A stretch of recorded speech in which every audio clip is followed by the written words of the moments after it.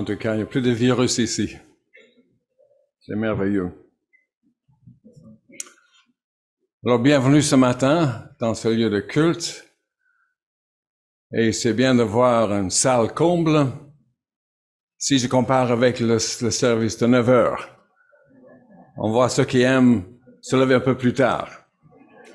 Mais c'est bon d'être là.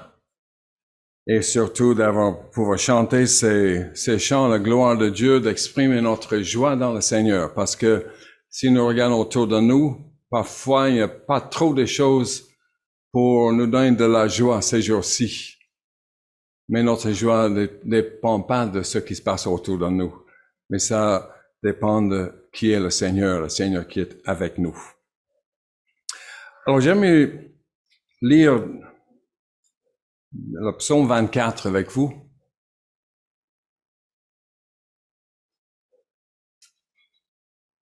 Le psaume 24, un psaume de David. Alors écoutons la parole de Dieu. À l'Éternel, la terre et ce qu'elle renferme, le monde et ce qu'il habite, car il a fondé sur les mers et affermi sur les fleuves. Qui pourra monter la montagne de l'Éternel, qui s'élèvera jusqu'à son lieu saint? C'est lui qui a les mains innocentes et le cœur pur. C'est lui qui ne livre pas son âme au mensonge et qui ne jure pas pour tromper. Il obtiendra la bénédiction de l'Éternel, la miséricorde du Dieu de son salut. Voilà le partage de la génération qu'il invoque, de ceux qui cherchent ta face, Dieu de Jacob. Portes, élevez vos linteaux, élevez-vous, portes éternelles, que le roi de gloire fasse son entrée. Qui est ce roi de gloire? L'Éternel fort et puissant, l'Éternel puissant dans les combats. Portes, élevez vos linteaux, élevez-les, portes éternelles, que le roi de gloire fasse son entrée. Qui donc est ce roi de gloire? L'Éternel des armées, voilà le roi de gloire. Jusque-là, la lecture de la parole de Dieu. Prions ensemble.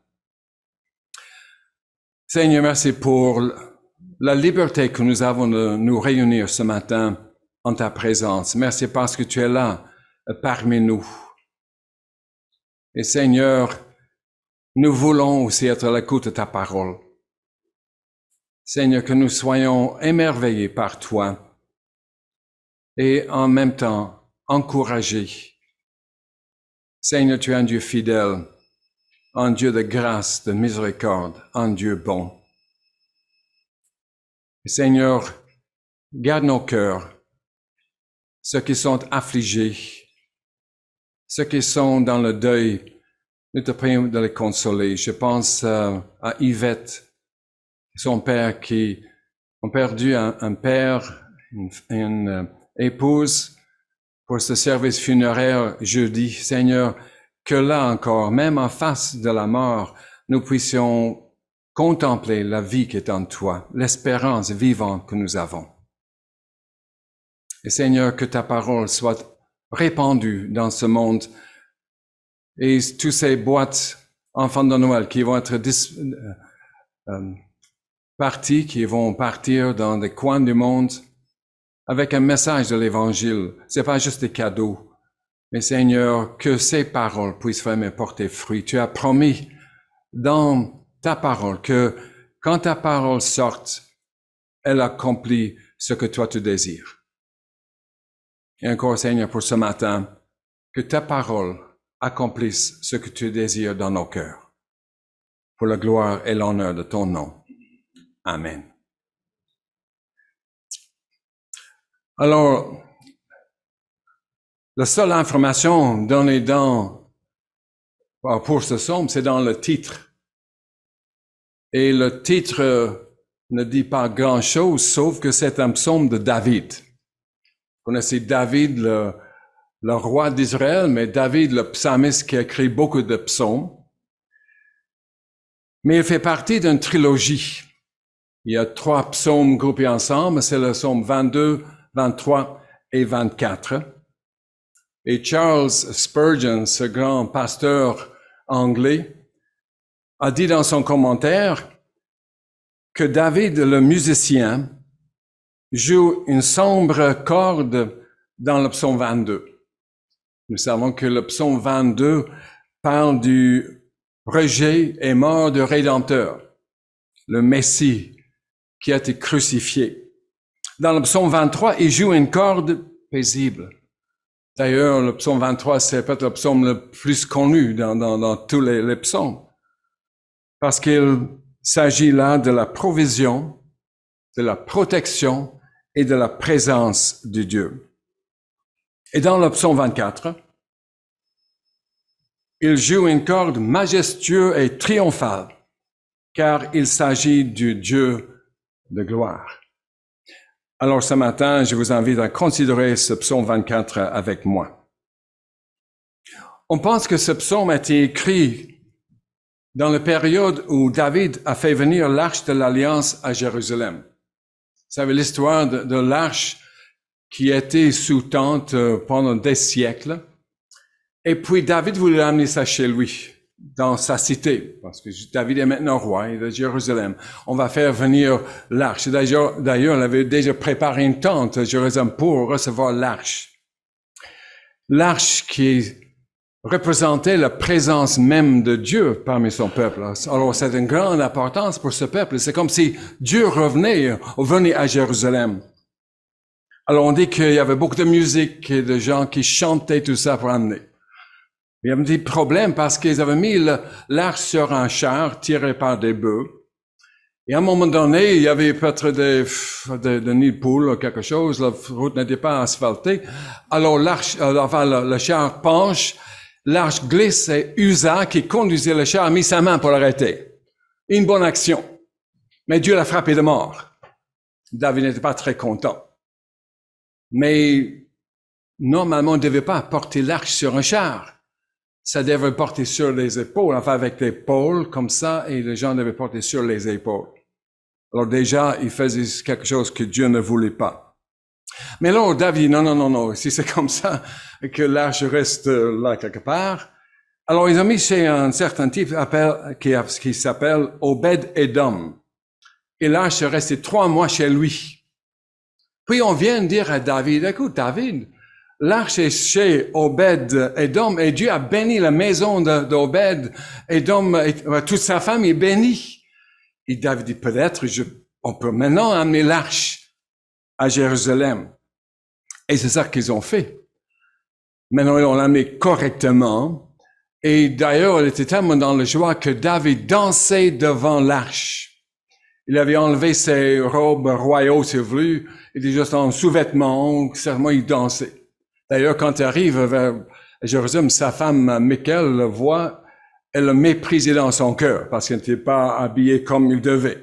Il était vu comme un homme, commun, pas tout le monde. On appelle ceci alors un psaume d'ascension. Vous imaginez que l'arche, avec tout ce cortège, monte vers Jérusalem. Et Jérusalem, paraît-il, c'est plus haut que le reste. C'est une colline. Alors moi, je peux imaginer cette grande cortège qui va vers Jérusalem. David qui est dans la joie, qui danse devant l'arche avec toute la musique. Et c'est tellement important parce que, comme je viens de dire, l'arche de l'Alliance représentait la présence même de Dieu parmi son peuple. Mais tout d'abord, dans ce psaume 24, qu'est-ce que David souligne? Il souligne ici la souveraineté de Dieu, ce grand Dieu. D'ailleurs, il dit, à l'Éternel, la terre et ce qu'elle renferme, le monde et ceux qui l'habitent. Parfois, on peut avoir des doutes, on peut penser, qu'est-ce qui se passe dans le monde aujourd'hui? Si c'est le climat, on parle beaucoup de climat, si c'est les pandémies, si c'est la situation politique dans beaucoup de pays où c'est pas la joie quand on voit ce qui se passe dans le monde. Et de savoir que ce monde appartient à Dieu. Dieu sait ce qui se passe. Dieu est en contrôle, même si nous ne le voyons pas actuellement. Dieu est en contrôle. Dieu est souverain. Dieu aura toujours le dernier mot. Pourquoi? Car c'est lui qui l'a créé. Et Dieu sait ce qu'il fait. Quand on voit la merveille de la création, on peut voir quelque chose, la merveille de Dieu. Car il a fondé sur les mers et affermi sur les fleuves. Cette terre sur laquelle nous marchons, c'est Dieu qui, au commencement, Dieu a créé les cieux et la terre. Ça lui appartient. Dieu est souverain. Alors, il y a juste une pensée entre parenthèses. Je vais juste la mentionner parce qu'on ne peut pas aller dans trop de détails dans ce psaume, sinon on serait ici jusqu'à minuit. C'est tellement riche quand on commence à creuser là-dedans. Mais comme un commentateur dit, quand il a fondé sur les mers et a fermé sur les fleuves, c'est pas très solide cette fondation sur l'eau. D'ailleurs, comme je dis ce matin, il y a un grand bloc appartement qui est en train de se construire tout près de chez nous. Il y a plusieurs d'ailleurs qui sont déjà construits. Mais il faut voir le trou qu'ils ont creusé pour ce bâtiment. C'est incroyable. Et c'est là, quelque part. Il y a des machines qui travaillent là-bas. Pourquoi? Parce qu'on veut des bons fondements, de bonnes fondations. Sinon, ça va s'écrouler. La terre, c'est fondé sur les mers et affermi sur les fleuves. D'ailleurs, tout était couvert d'eau et Dieu a fait sortir la terre sèche de l'eau. Mais cet commentateur, il dit en passant, il dit une pensée, je ne sais pas si c'est la pensée de David, mais il dit si on construit sur des choses terrestres, ça ne va pas durer. Si on construit sur ce que nous avons, nos possessions, notre santé, tout ce qui est à nous, en Dieu, ça va s'écrouler parce qu'il n'y a pas de fondation, il n'y a pas de fondement. Il faut construire sur le roc, et le roc, c'est Jésus-Christ. Mais là, quand David parle de ce Dieu souverain, et représenté dans cette arche, il monte vers Jérusalem, une question vient dans son esprit. Ça, c'est très bien. Dieu vient à Jérusalem. On est dans la joie, mais qui pourra monter à la montagne de l'Éternel? Qui s'élèvera jusqu'à son lieu saint? Qui a le droit d'accompagner l'arche jusqu'à Jérusalem? Alors, il pose des questions, puis il répond. Il donne les conditions. Et voilà. Ceux qui peuvent le faire, c'est lui ou celle qui a les mains innocentes et le cœur pur, celui qui ne livre pas son âme au mensonge et qui ne jure pas pour tromper. Problème. Même David ne peut pas aller plus loin. Ceux qui ont les mains innocentes, parce que David a les mains innocentes. D'ailleurs, David, un peu plus tard, veut construire un temple pour l'arche, pour Dieu. Et Dieu a dit non, c'est Salomon qui va faire, parce que toi, tu as les mains en sang. Le cœur pur. Oui, David est appelé l'ami de Dieu. Mais dans le psaume 51, qu'est-ce qu'il a pris? Oh Dieu, crée en moi un cœur pur. Renouvelle en mon esprit bien disposé. David savait qu'il était un pécheur, que son cœur n'était pas toujours droit devant le Seigneur.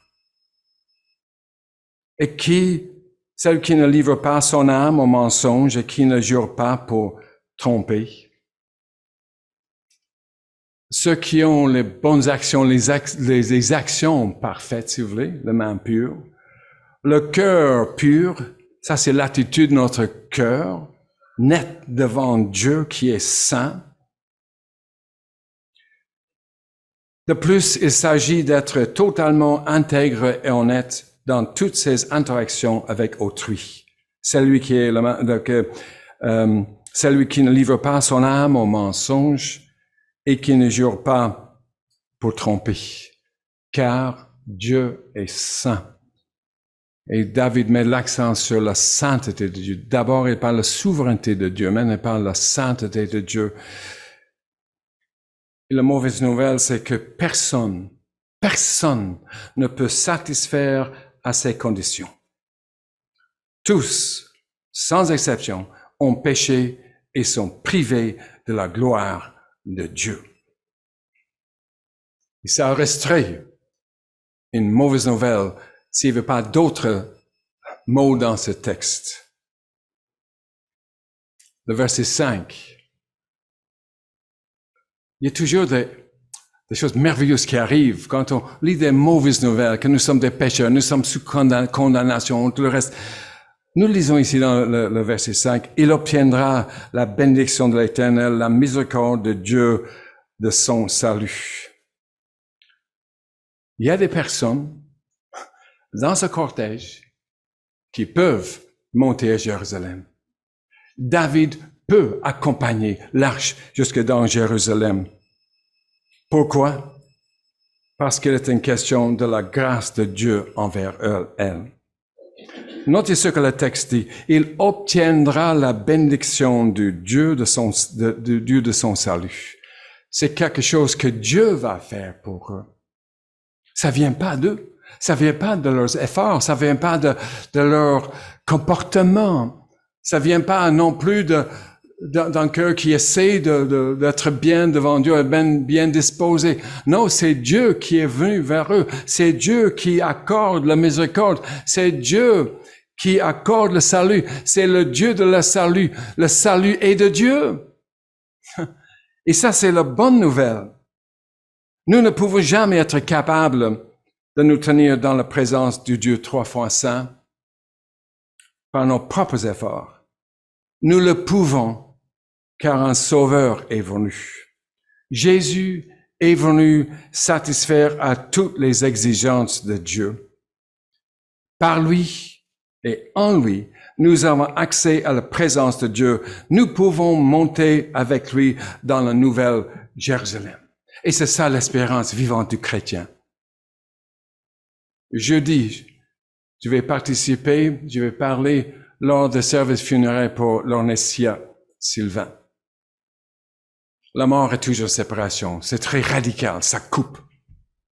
C'est triste. C'est une défaite, si vous voulez. C'est un échec de la vie physique. Ça arrête là.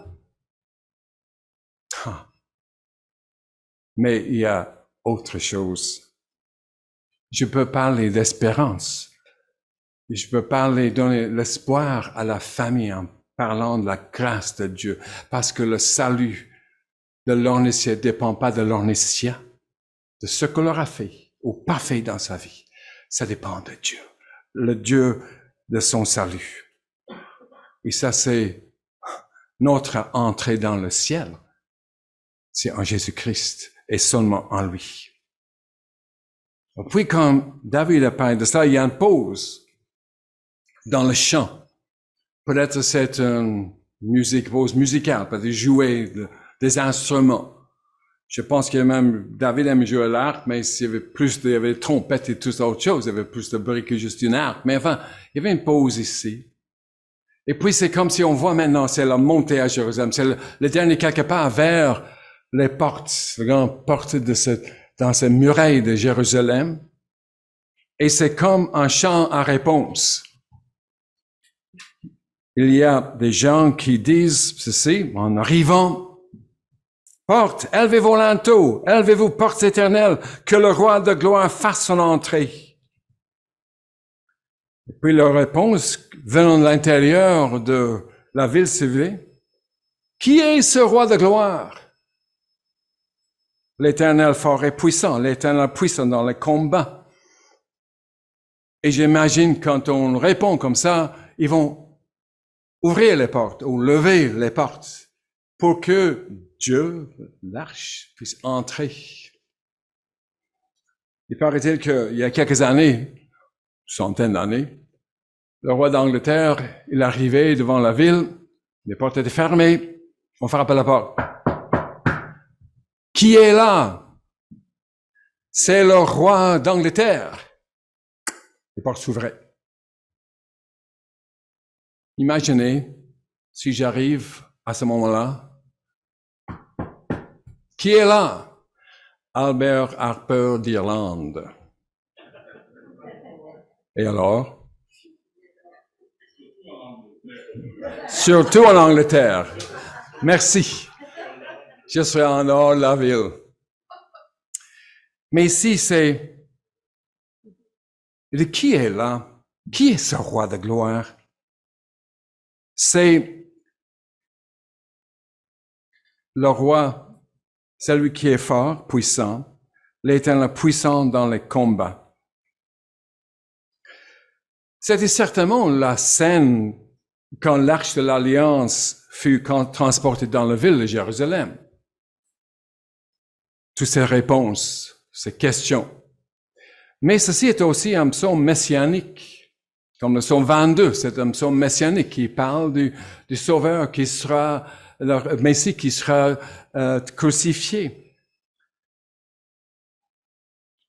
Ce psaume regarde vers un autre événement. Ce qui se passait au temps de David ne fut que le symbole de ce qui allait arriver plus tard. C'était l'ombre des choses à venir. Qui monte ici pour entrer dans le ciel? Jésus. Les commentateurs sont d'accord pour dire qu'il s'agit de l'ascension de Jésus après sa mort et sa résurrection. Vous savez, quand Jésus est monté au ciel, quand il a dit au revoir à ses disciples, il est monté au ciel et puis un nuage l'a caché de leur vue. Nous lisons un peu la même chose dans Daniel, quand il dit ceci dans le chapitre 7, verset 13 de Daniel. « Je regardais pendant mes visions nocturnes et voici sur les nuées des cieux arrivait quelqu'un de semblable à un fils de l'homme. Il s'avance vers l'ancien des jours et on le fit approcher de lui. On lui donna la domination, la gloire et le règne, et tous les peuples, les nations, les hommes de toute langue le servirent. Sa domination est une domination éternelle qui ne passera point, et son règne ne sera jamais détruit. » Il est appelé ici le Dieu fort et puissant. Le Dieu fort dans les combats. Jésus est ce Dieu fort et puissant. Jésus a combattu contre le diable, contre les tentations, contre la mort, le péché et l'enfer, et il en est sorti victorieux. Il fait son entrée dans le ciel pour s'asseoir à la droite de Dieu son Père.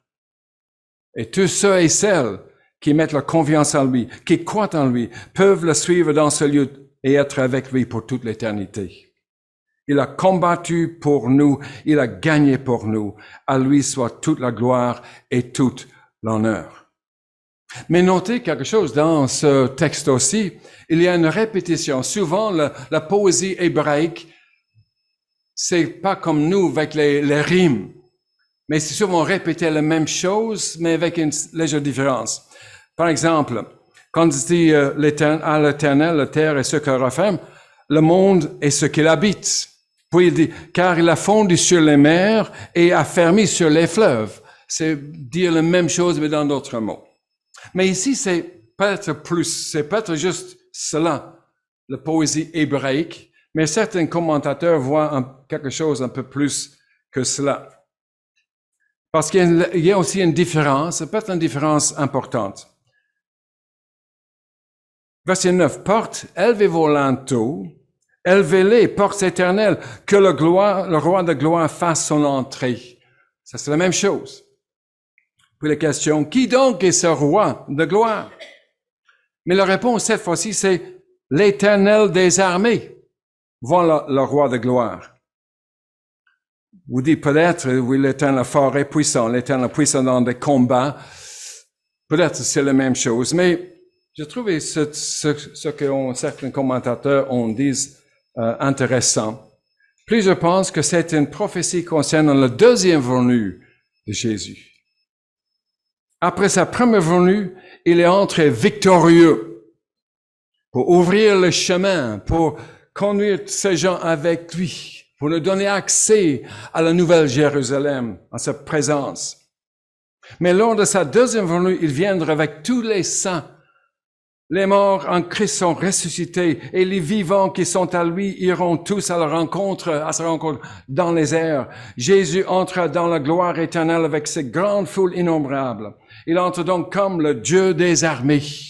La première fois, c'est comme Dieu, oui, fort dans le combat. Il a combattu, il a gagné. Alors, il entre seul dans la gloire. Maintenant, sa deuxième descente, si vous voulez, Il est venu dans l'obscurité, le premier, et on va célébrer ça à Noël. Mais il est monté victorieux.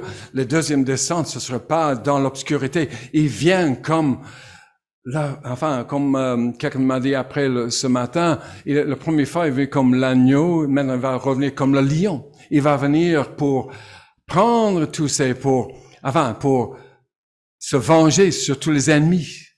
Ça, c'est le jugement. Mais pour amener tous ceux qui sont à lui, avec lui, cette grande foule. Est-ce que ce que Daniel a dit sera accompli pleinement lors de cette deuxième venue, lors de notre résurrection finale? On lui donna la domination, la gloire et le règne, et tous les peuples, les nations et les hommes de toute langue le servirent. Sa domination est une domination éternelle qui ne passera point, et son règne ne sera jamais détruit.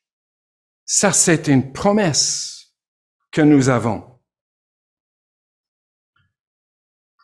Quel Dieu que nous avons. Quel privilège qu'est le nôtre.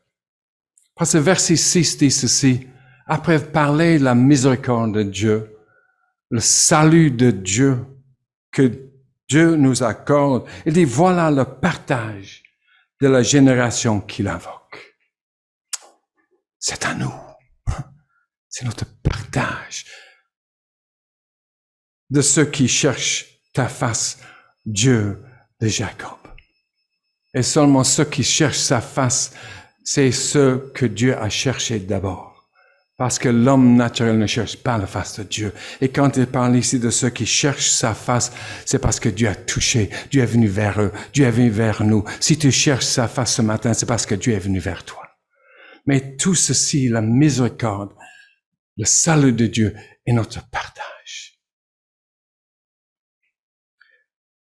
Quel privilège, alors, de vivre pour toute éternité dans la présence de Dieu, qui est souverain, qui est saint, qui est glorieux.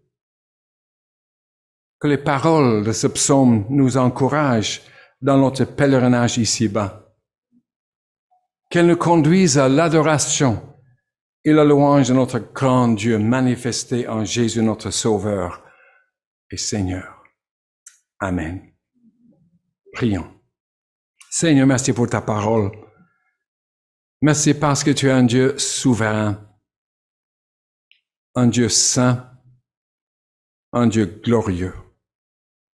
Et merci parce que nous pouvons avoir accès à toi, pas à cause de nous, mais à cause de ce que Jésus a fait à la croix, à cause de sa vie qu'il a vécue pour nous.